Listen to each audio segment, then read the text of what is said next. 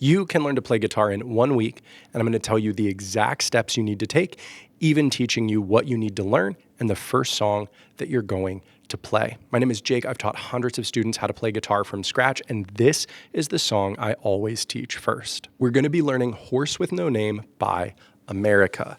Now, the first day, we're going to work on the basics, how to hold the guitar, how to hold the pick, what the chords are going to be, and the strumming. Day 2, we're going to work on changing between the chords and strumming. There's 2 strum patterns to the song, each one separately. It's going to take day 2 and day 3. Day 4, 5, and 6, we're going to combine the chords and strumming to play the song, but we're going to start slowly and gradually pick up speed. And finally, on day 7, we should be ready to play with the record. So the song we're learning is Horse with No Name by America. So we need to talk about holding the guitar. The first thing is you're going to take the arch, you're going to put it on your right leg, left leg if you're left-handed, and you're going to put your other arm, your right arm, over the body of the guitar. We shouldn't need our fretting hand or our left hand to maneuver the guitar at all. We're just holding it with the forearm of our right hand. Then we're going to bring our left hand, we're going to give a thumbs up, set it in the middle of the back of the neck, and then roll our fingers over to the fretboard. We want to have this elbow of our right hand and our leg control the instrument. It's going to be a little awkward at first, but we want to make sure we're not using this hand to support the neck, or it's going to be too hard to play the chords we need to. Let's talk about holding the pick really quick. That's our next plan. You're going to do a thumbs up with your right hand, and I say to relax that thumbs up. And then what we're going to do is we're going to take the point of the pick, and it's going to point off directly to the left. Hopefully you can see if I turn that there. You've got the point of your pick, the point of the pick, and the fingers are curled under. So again, the point of the pick is right there, pointed at you. Now I'm going to bring that to the guitar. Now you'll see my wrist is cocked just a little funny. I'm going to adjust the point of the tip until this wrist is nice and flat. The goal with both left hand and right hand is that we would have flat, neutral wrists. We need to learn our 2 chords. The first one is going to be an E minor chord. What you're looking at right there, you need to imagine you've got a guitar neck that's going up and down. So we're looking at it side to side, but that's up and down. You've got the thick strings are going to be on your left, the thin strings are going to be on your right. Those hollow dots up at the top are saying, hey, the thinnest 3 strings are going to be open and the thickest string is going to be open. On the second thickest string or the 5th string, you can visually see it's not on the 1st fret, but on the 2nd fret, we're going to be using our 2nd or middle finger.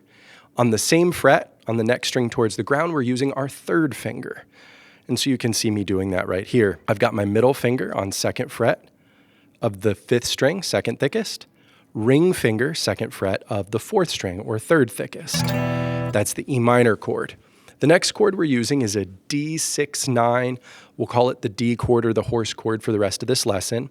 And what you do is you move your middle finger 1 string towards the ceiling and your ring finger 1 string towards the ground. And you just strum the rest of the strings open.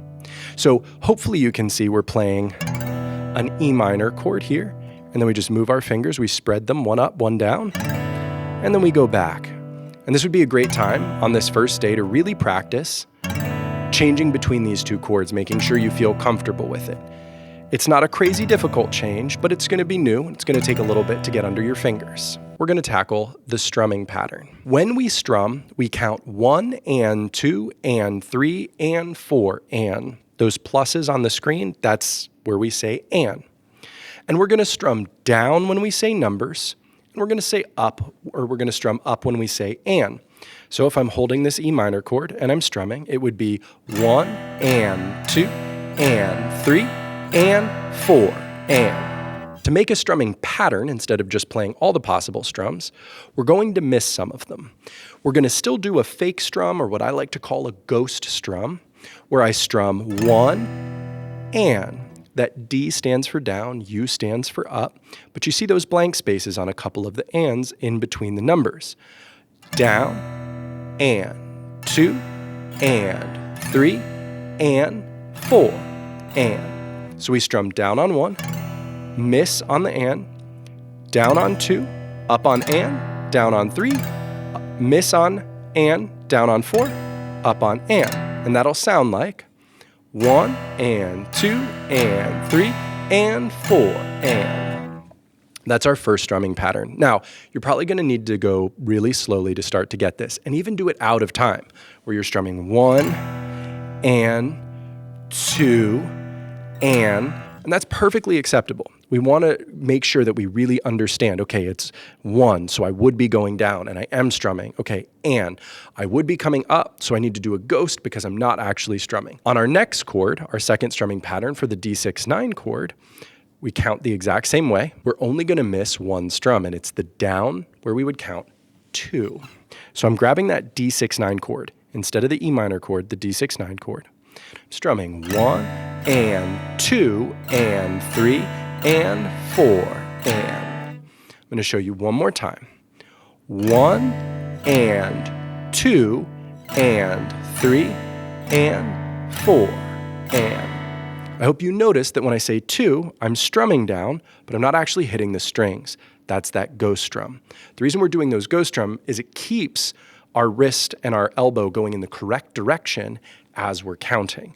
Because for every strum pattern, when I count a number, I'm going to be strumming down, and when I say the and, I'm going to be coming up. Now, hopefully you can see we can put together so many patterns by skipping certain notes or certain potential places we could strum. And so that's what we want to do. Our elbow, our wrist, our arm should be the ticking of a clock. And sometimes we hit the strings and sometimes we don't. So that's going to be day 1. Now, for days 2 and 3, what we would do is we're going to practice the chords. So we're going to start at 60 beats per minute, and I'm going to pull up a metronome here. At 60 beats per minute, we are going to count 4 clicks. So I'm going to hit play here. 1, 2, 3, 4, and strum. 1, 2, 3, change chords. 2, 3, change chords. 1, 2, 3, 4, change. 1, 2. So I'm counting to 4 over and over again, and every time I get to 1, I'm playing the next chord. Now I'm going to do 1, 2, 3 minutes as long as I need to at 60, and then I'm going to go up by 8s. I always like to go up by 8s. It's far enough away that it feels like a different tempo, not just I'm rushing the last one, but not so much that it's just too fast to keep up. 8 tends to be a good one. So 60, 68, 76, 84, 92, 100, and so on. The goal for day 2 is to get from 60 to 84 on these changes. Day 3, we're going to go 84 to 108, again up by 8s. We're going to do strumming practice as well. Same tempos on day 2, 60 to 84. And 84 to 108. Now, it's really important on day 2 and day 3, we're not combining the strumming patterns, we're doing them individually. I would grab the, say, E minor chord, 2 and 3 and 4 and 1 and 2 and 3 and 4 and 1 and 2 and 3 and 4 and... I'm just playing the strumming pattern for the E minor chord. Then, after I did that, I would play the strumming pattern for the D6-9. 2 and 3 and 4 and 1 and 2 and 3 and 4 and 1 and 2 and 3 and 4 and... Again, for a minute, 2 minutes, 3 minutes, till I felt comfortable, and then I would bump it up to 68. And so on. So again, the chords are separate on these days. Now, day 4 through 6, we're actually going to start combining the chords and the strumming. But we're going to go back all the way to 68. So we were at 84, we were at 108, we were feeling pretty confident, pretty comfortable with those chord changes in the strumming patterns. Now we're slowing it back down to 68 to be able to combine it. And let me demonstrate what that would be like. 2 and 3 and 4 and 1 and 2 and 3 and 4 and 1 and 2 and 3 and 4 and 1 and 2 and 3 and 4 and 1 and 2 and 3 and 4 and... Again, that's at 68 beats per minute, and we're going to play it for a few minutes and then go up 8 beats per minute. Day 4, we're looking to do 68 to 84. We're going to do 84 all the way to 100 on day 5 and 108 to 124 beats per minute on day 6. Now, I know 108 to 124 sounds really fast, but think, at this point, we've been practicing for 6 days, slowly increasing the tempo, building that comfort, building that muscle memory. Day 7 is going to be the most fun day. We're going to play with the record. We're going to pull it up on Spotify or YouTube or Apple Music, and we're going to hit play. As they start to play, we want to count along. We can hear what they're playing. It's going to be at 123 beats per minute, so just a little slower than we practiced, which is always good. We practice a little fast and slow down with the record. Playing with the record is the most fun, right? Instead of doing it with the metronome, we're getting to play with the band. They're keeping time instead of just ticking. It's awesome, but we have to practice enough to get quick enough to do that. At this point, we've learned 2 chords, how to change between them smoothly, and we've built 2 really solid strumming patterns in our right hand and learned them so that they're muscle memory. They're coming out automatically at this point, which is going to make it so much more fun to play because you can listen to the song, listen to yourself play instead of counting aggressively by rote in your head trying to stay on beat. I've also made all of this really easy for you by making videos for each of these 7 days where you can just hit play and follow along with me just like you would on day 7 with the record. But I'm talking at 60 beats per minute, at 68, at 76. Every single thing is done for you, broken up by days. You can get access to that at skool.com/guitar for free, plus a community of hundreds of other motivated guitar players. I will see you inside.